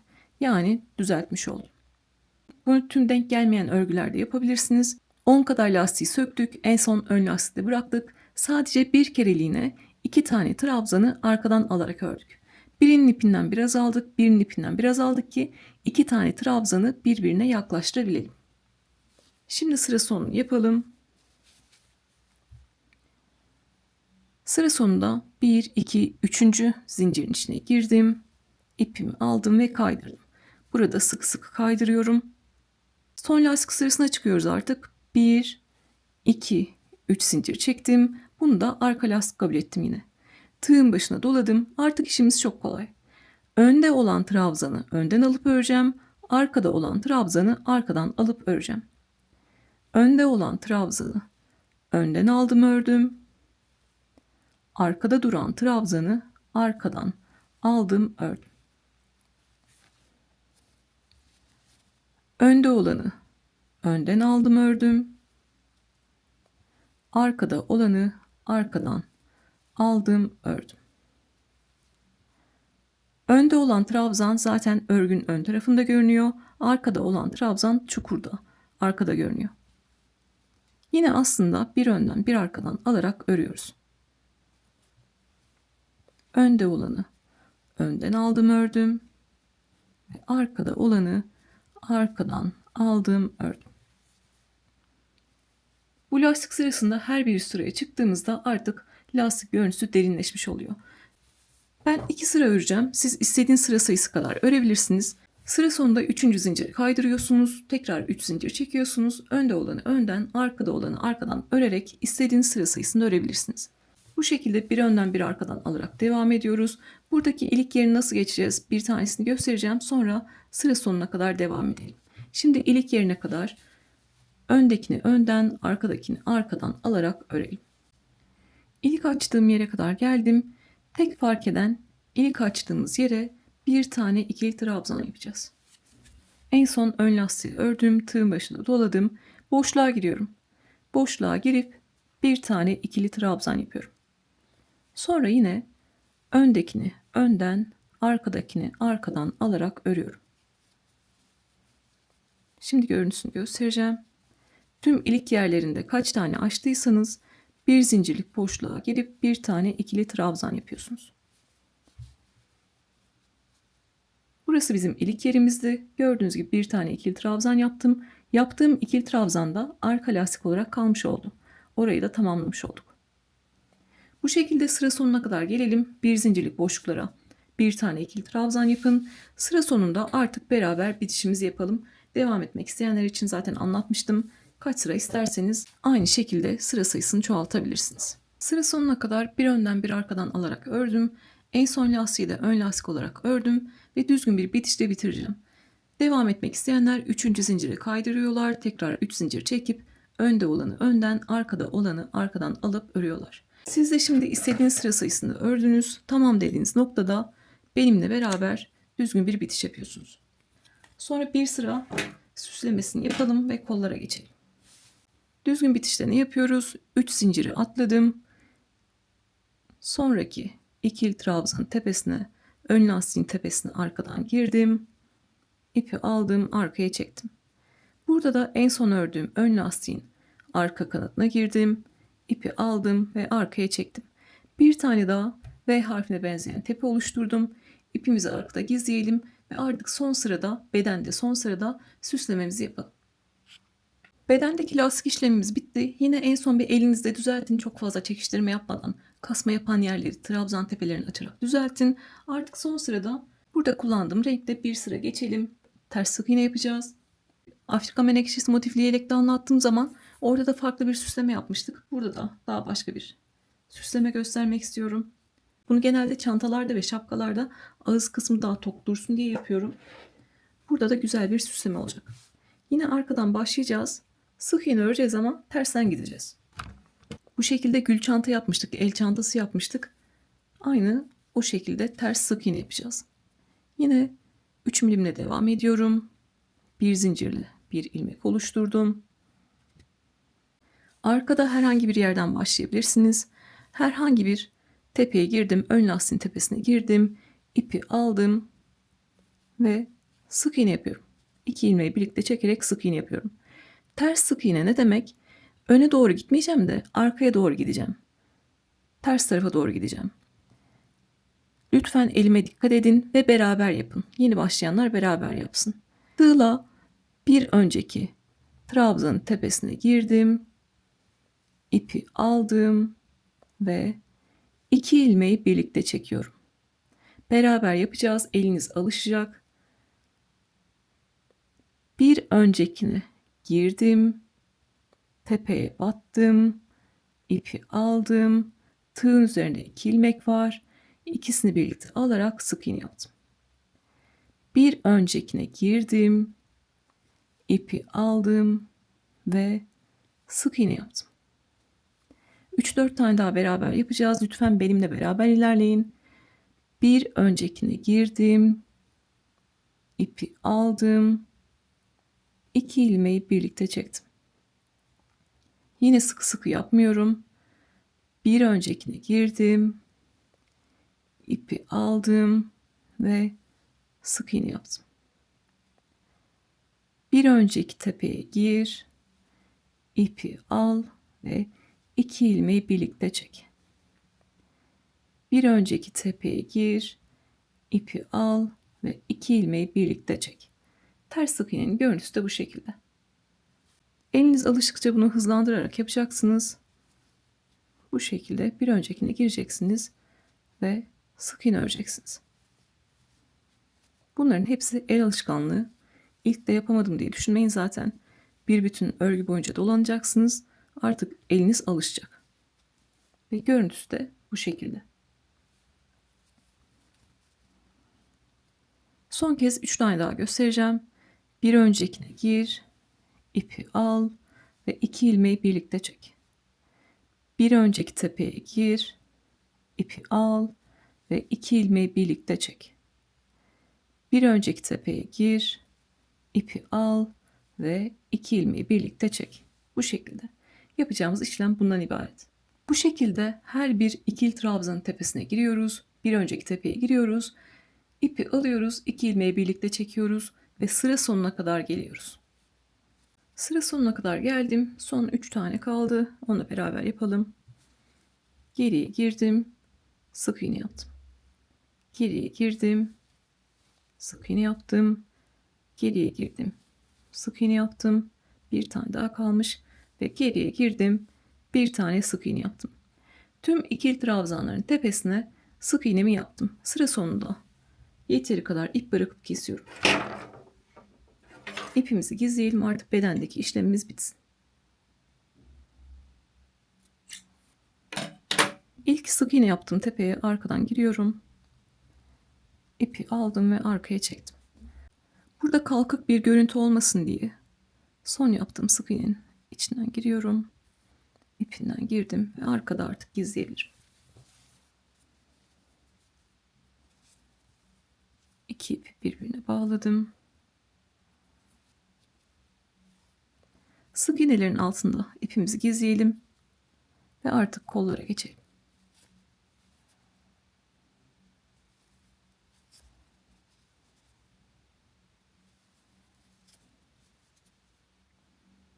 Bitiş yerim de bu şekilde görünüyor. Şimdi tam bedeni görelim. Bu şekilde örgünün çevresini de aslında toplamış olduk. Güzel de bir görüntü verdik. Şimdi artık kollara geçelim. Kollarda herhangi bir sık iğne işlemi yapmadım. Hazır buralarda üçlü gruplarımız varken üçlü grupların üzerinden örmeye devam ettim. Ben size burada bitmiş haliyle paylaşıyorum ama yaparken örsök yaptım. 3-4 kere ördüm, söktüm. En güzel haliyle size anlatacağım. Burada ne yaptıysam aynı şekilde burayı da yapacağım. Yani ben buranın anlatımını bitirdiğimde buradaki işlemin aynısını diğer kolda da yapıyorsunuz. Şimdi örnekli şekilde devam edeceğiz. Artık kola geçiyorum. Ben kendi ölçümde 2 yaş bebeği için 25 santimlik bir kol yaptım. Siz zaten kendi çocuğunuza göre yapıyorsanız ne yapacaksınız? Ya evdeki kıyafetini kullanacaksınız bu aşamada. Kolu yapıyorsanız zaten üzerine deneyin, giydirin. Tamam dediğiniz noktada, artık bileğine geldiği noktada bitirirsiniz. En garanti yöntem bu noktada üzerine denemek. Ama benim gibi yapacağınız kişi yanınızda değilse o zaman ne yapıyorsunuz? Ölçülere uyuyorsunuz. Benim ölçümde kol ölçüsü koltuk altından bileğe kadar 25 santimdi. Genelde zaten şöyle katladığımızda büyükler için de kendimiz için de bu şekilde birbiriyle örtüşüyorsa genelde kol yeterli geliyor ama tabii ki hepimizin vücut yapısı aynı değil. Birebir o şekilde de yapın diyemem. Ama öyle yapan arkadaşlar da var. Koltuk altından başlayacağız. Diğer tarafta da koltuk altından başlamıştım. Yine ikili trabzanlarla üçlü gruplar öreceğiz. Yine bir zincirle bir ilmek oluşturuyorum. İkili trabzan öreceğim için tığın başına bir kere doladım ve 2 ilmeği birlikte tutuyorum. Koltuk altından başlayacağız. Koltuk altında işin içine sokacağız ki buradaki birleşim yerini, orada herhangi bir boşluk görüntüsü olmasın. Birleşim yerinde tam ortada birleşim yerinin üstündeki V harfine batıyorum. Yukarı doğru birleştirmiştik. Sonra yana doğru birleştirdik. Ortaya denk gelen V harfine batıyorum. Tam koltuk altının ortasına battım. İpimi aldım. Ve 3 tane ikili trabzan yapıyorum. İlmeği de arada gizleyelim. Birinci ikili trabzan. Aynı yere ikinci ikili trabzan. Ve aynı yere üçüncü ikili trabzanı yaptım. Örme şeklimiz değişmiyor. Motifte yaptığımız gibi arada bir zincir çektim. Tığın başına doladım. Köşe boşluğuna geliyorum. 2 zincirlik köşe boşluğuna geldim. Yine 3 tane ikili trabzan yapıyorum. 1 2 ve 3. Arada bir zincir çektim. Motifi nasıl örüyoruz? Bir zincir çek ve bir zincirlik boşluklara 3 tane ikili trabzan yap. İki tarafta da koltuk altından başlıyoruz. Birleşim yerinin tam ortasına bir tane üçlü grup yaptık. Yani 3 tane ikili trabzan yaptık. Sonra köşeye geçtik. 3 tane ikili trabzan yaptık. Arada bir zincir çekiyoruz ve yine bir zincirlik boşluklara 3 tane ikili trabzan yapıyoruz. Bu şekilde diğer birleşim yerine kadar bir zincirlik boşluklara 3 tane ikili trabzan yapalım. Koltuk altına denk gelen yere üçlü grup yaptık. Arada bir zincir çekerek yine köşeye üçlü grup ve bir zincirlik boşluklara üçlü grup yaptık. Omuzdaki birleşim yerine kadar geldik. Burada en güzel görüntüyü şu şekilde elde edebildim. Köşe boşluklarına yapmadım. 2 tane köşe boşluğuna da yaptığımda çok sıkışık göründü. Katladığımda kötü göründü. O yüzden ben de köşe boşluklarını yapmadım. Tam orta noktaya birleşim yerine yaptım. Arada da kasma yapmasın diye 2 tane zincir çektim. Köşeye kadar geldiniz. Köşe boşluğuna yapmıyoruz. Arada 2 zincir çektik. Tığın başına doladık. Tam birleşim yerinin ortasına, V harfinin ortasına battım ve 3 tane ikili trabzan yapıyorum.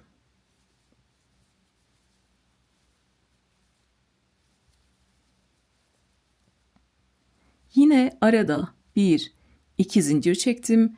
Köşeyi atladım ve bir zincirlik boşluğa 3 tane ikili trabzan yaptım.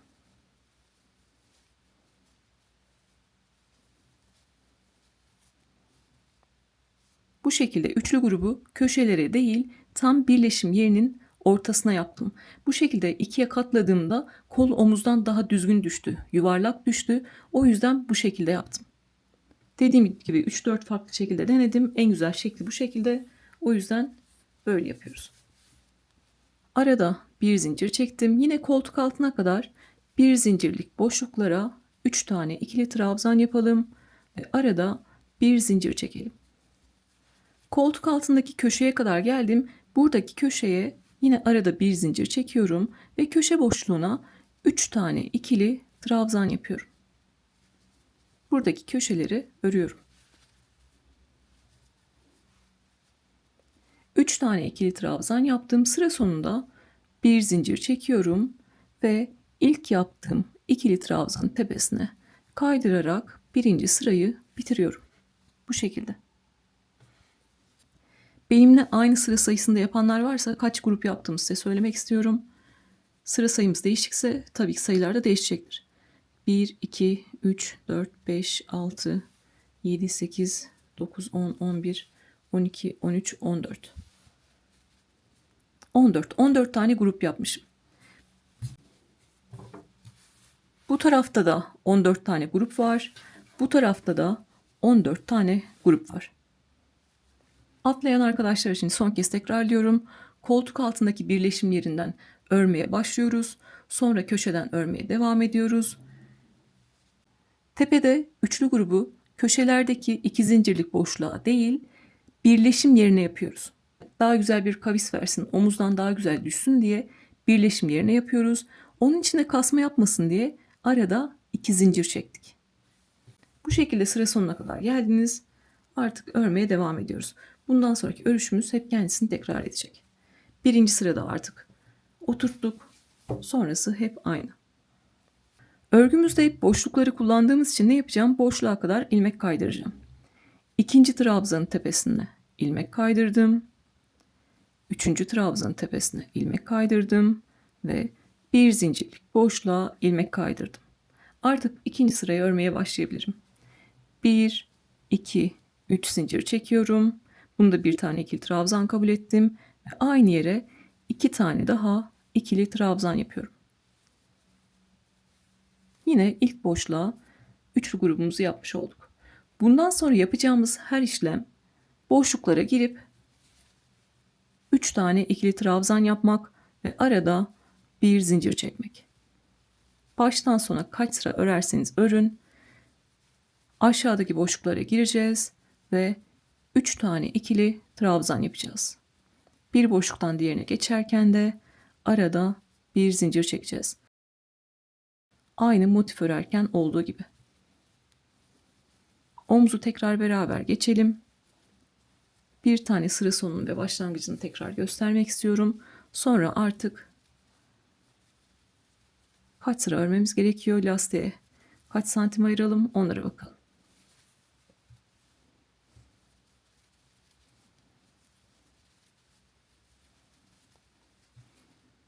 Omuzdaki iki zincirlik boşluklara kadar geldim. Orada da değişen bir şey yok. Bir zincir çektim ve iki zincirlik boşluklara da 3 tane ikili trabzan yaptım. Arada bir zincir çektim ve iki zincirlik boşluğa girdim. 3 tane ikili trabzan yaptım. Yani her boşluğa 3 tane ikili trabzan yapıyoruz. Sıra sonuna kadar geliyorum. Sıra sonunu ve başını göstereceğim. Sonra devam edeceğiz. Sıra sonunda en son boşluğa da 3 tane ikili trabzan yaptım. Sıra sonunda yapacağımız işlem bir zincir çek. 1, 2, 3. zincirin içine kaydır. Ve bir üst sıra için yine boşluğa kadar ilmeklerimizi kaydırıyoruz. İkinci trabzanın tepesine ilmek kaydırdım.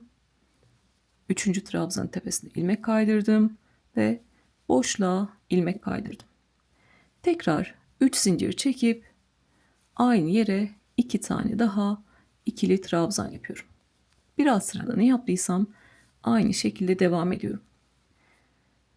Bundan sonra yapacağımız işlem kaç sıra örerseniz örün. 10 sıra, 15 sıra, 20 sıra kaç sıra örecekseniz örüşümüz değişmiyor. Her bir zincirlik boşluğa 3 tane ikili trabzan yapacağız. Bir boşluktan diğerine geçerken bir zincir çekeceğiz ve sıra sonuna kadar geleceğiz. Sıra sonunda 3. zincire kaydırıyoruz ve o sırayı bitiriyoruz.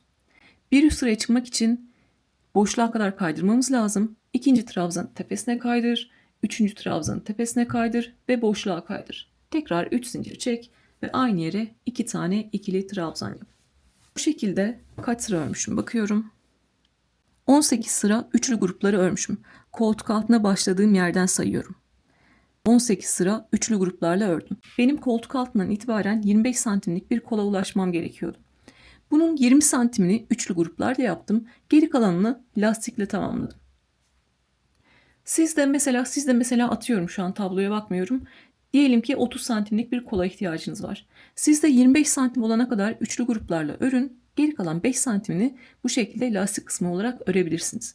35 santime mi ihtiyacınız var? 30 santimini üçlü gruplarla örün. Sonrasında artık geri kalan kısmı lastikle tamamlarsınız. Sıra sayısı önemli değil. Önemli olan ölçü. Kaç sıra öreceğim diye sormanıza gerek yok. Sıraya göre değil, santime göre örüyorsunuz. İki kolda aynı şekilde yaptığımız için ben burada 18 sıra üçlü gruplar yaptığım için burada da 18 sıra üçlü grup öreceğim. Aynı şekilde ilerlediğim için.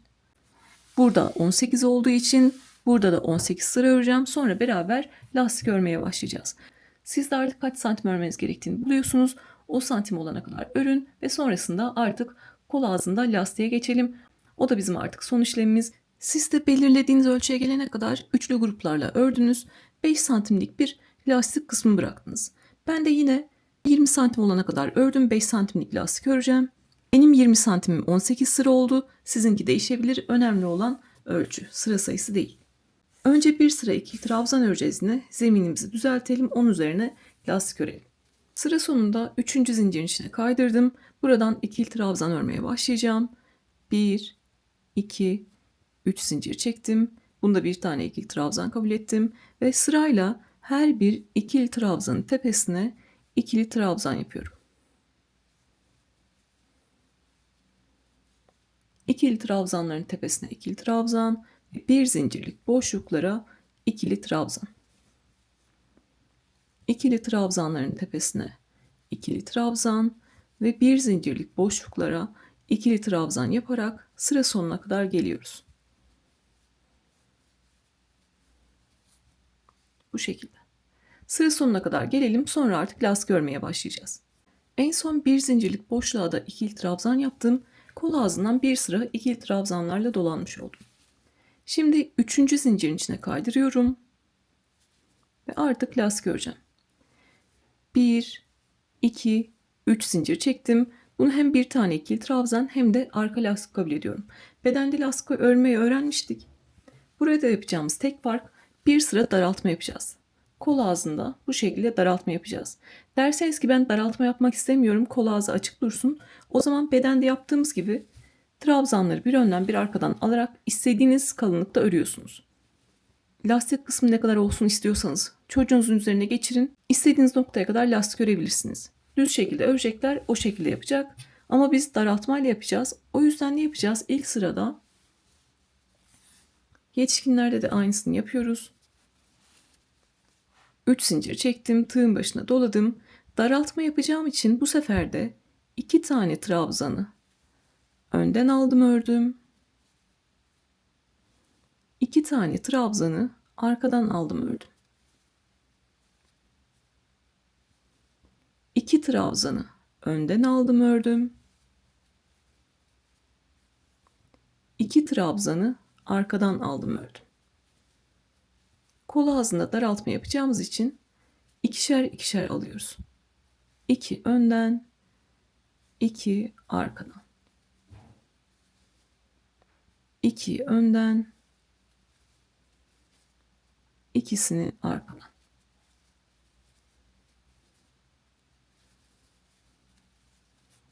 Bu şekilde. Sonra kol ağzı daralmış olacak. Onun üzerine yine bir önden bir arkadan alarak istediğimiz kadar lastik öreceğiz. Sıra sonuna kadar 2 önden 2 arkadan alıp gelelim ve sıra sonunu beraber yapalım. Sıra sonuna kadar geldim. En son 2 tanesini önden aldım.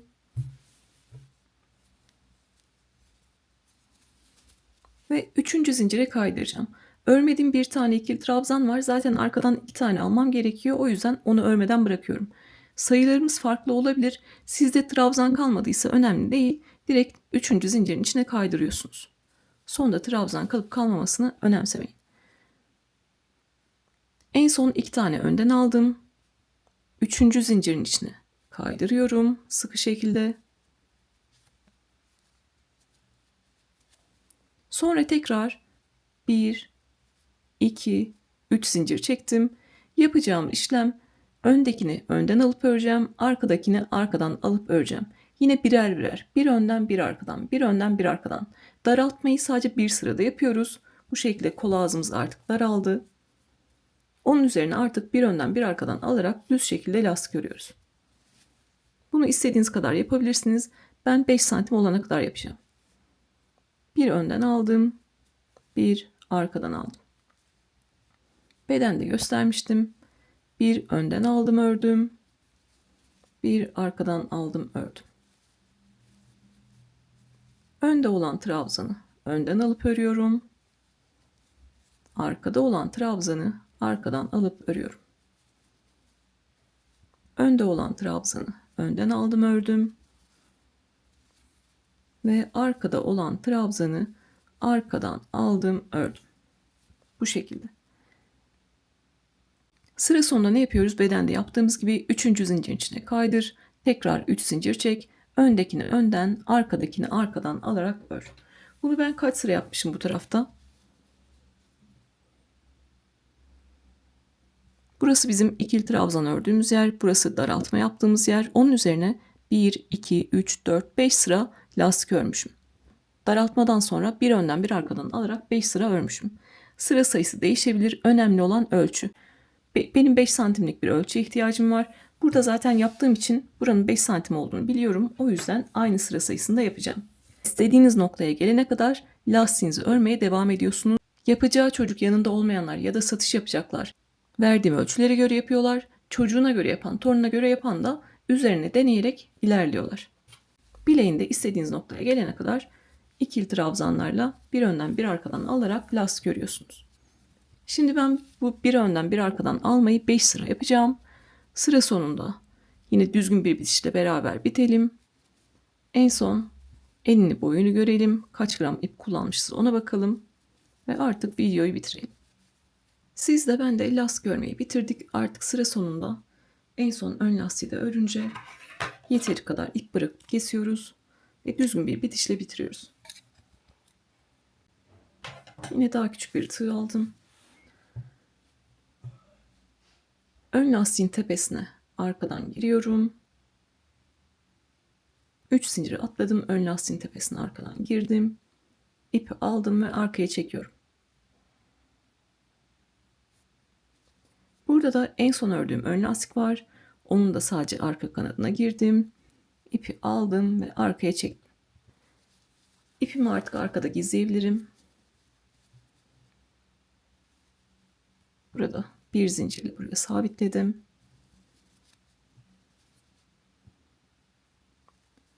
Artık örgünün içinde varsa kalan ipleri de bu şekilde temizleyelim ve bitmiş haliyle görelim. Artık iplerini de temizledim. Hırkamız bitti. Beden genişliği yaklaşık 28 santim. Omuzdan itibaren de boyu yaklaşık 30 santim kadar. Koltuk altından bileğe kadar zaten ölçülü yapmıştım 25 santim. Ne kadar ip kullandığımıza bakalım. Tam 150 gram ip kullanmışım. Tekrar bakalım. 150 gram ip kullanmışım. Motifli hırkamızı yaptık. Sonrasında artık motifli yeleği yapacağız. Yine ölçülü şekilde anlatacağım. İstediğiniz yaşa göre uyarlayabilirsiniz. Aklınıza takılan şeyleri sorabilirsiniz. Instagram'dan örgülerinizi fotoğraflı olarak atabilirsiniz. Yorumlarda soru olarak da sorabilirsiniz. Ben severek yaptım. Umarım siz de severek yapar, kullanır ya da satıp gelir elde edersiniz. Bir sonraki videoda görüşmek üzere. Kendinize iyi bakın.